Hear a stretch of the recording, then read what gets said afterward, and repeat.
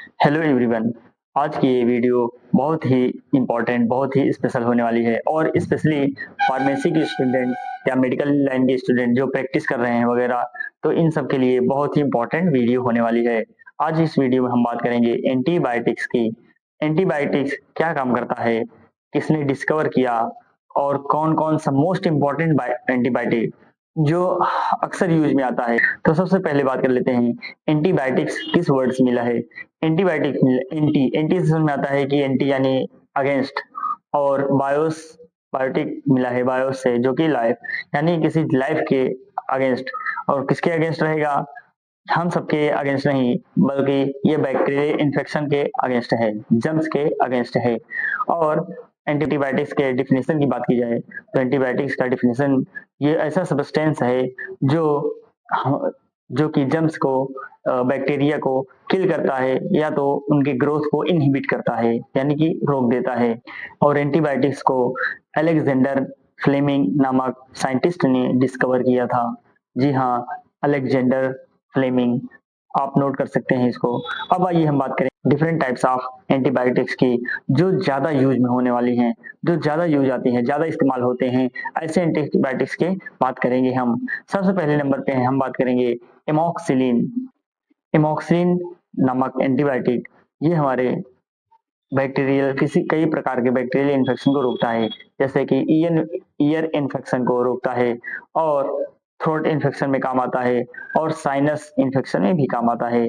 Sinus infection आप जान लें, साइनस इन्फेक्शन जो कि नाक के रास्ते जो बंद हो जाते हैं, ये अक्सर एलर्जी में होता है। जिसको ज्यादा एलर्जी हो जाती है सर्दियों के मौसम में अक्सर ही हो देखने को मिलता है। अब आगे बात पेनिसिलिन जी।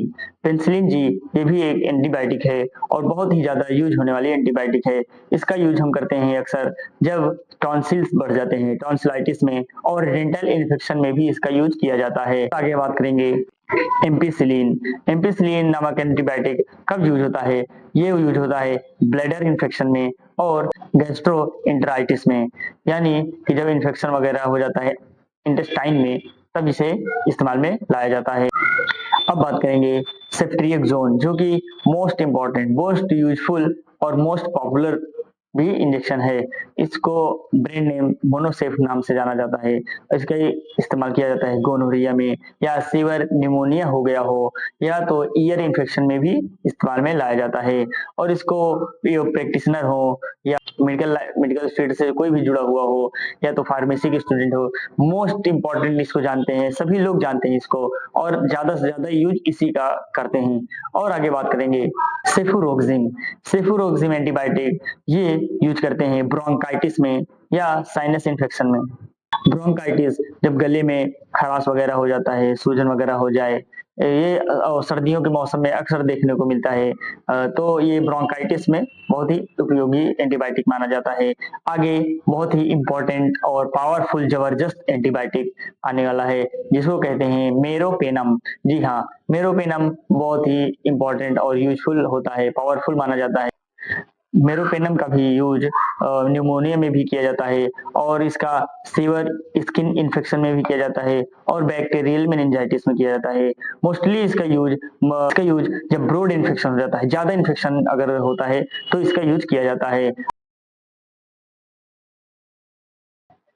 इमोक्सिसिलिन क्लेवुलेनेट जो कि अगमेंटिन नाम से जाना जाता है, बहुत ही पॉपुलर एंटीबायोटिक ये भी है। अक्सर ड्रॉप के फॉर्म में बच्चों को दिया जाता है और बड़ों को भी इसको 625 और कुछ छोटे अगर हैं तो 375 mg में अवेलेबल हो जाता है।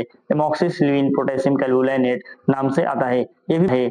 ये लंग्स में इन्फेक्शन है, आई में इन्फेक्शन है, ईयर में इन्फेक्शन है, अगर ऐसी जगह इन्फेक्शन है तो इसको यूज में लाया जाता है।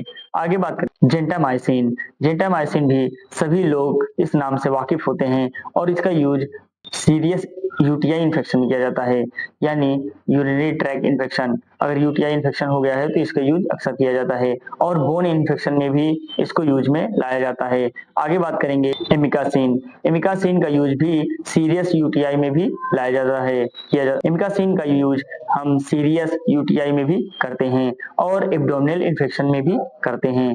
और इसके आगे बात करेंगे डॉक्सिसिलिन डॉक्सिसिलिन एंटीबायोटिक का यूज मलेरिया में भी किया जाता है। रेस्पिरेटरी इन्फेक्शन अगर है तो भी इसका यूज किया जाता है। इसके बाद हम बात करेंगे एजिथ्रोमाइसिन एंटीबायोटिक का यूज ब्रोंकाइटिस, थ्रोट इन्फेक्शन या न्यूमोनिया में किया जाता है। एजिथ्रोमाइसिन एजिथ्रोमाइसिन अब हम बात करें इरिथ्रोमाइसिन।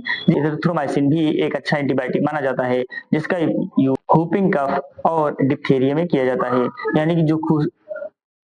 यानी कि जो सूखी खांसी आने लगती है, आवाज आती है ढा ढा की, खांसते समय बहुत ही मोटी आवाज आने लगती है, तो उस टाइम पे इरिथ्रोमाइसिन का यूज किया जाता है।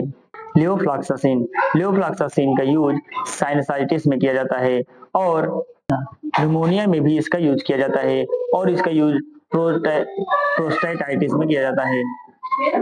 अगला एंटीबायोटिक है मॉक्सीफ्लॉक्सासिन, जिसका यूज इन स्किन इन्फेक्शन में किया जाता है, आई इन्फेक्शन और रिस्पायरेटरी इन्फेक्शन में भी किया जाता है।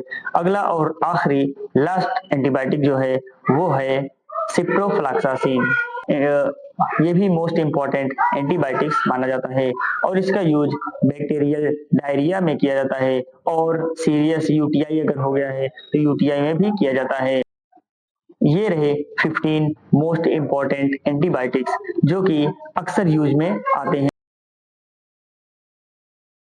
इन सभी एंटीबायोटिक्स को आप नोट कर सकते हैं, नोट कर लेंगे, ये आपके लिए इम्पोर्टेंट और फायदेमंद होने वाला है। और एक अपील है देखने वालों से कि इन सभी एंटीबायोटिक्स हो या कोई भी दवा हो, कोई भी इंजेक्शन हो, आप किसी को देने से पहले या यूज करने से पहले डॉक्टर का सलाह जरूर लें। जानकारी अगर अच्छी लगी हो तो वीडियो को एक लाइक और सब्सक्राइब कर लें। मिलते हैं नई वीडियो में, तब तक के लिए धन्यवाद।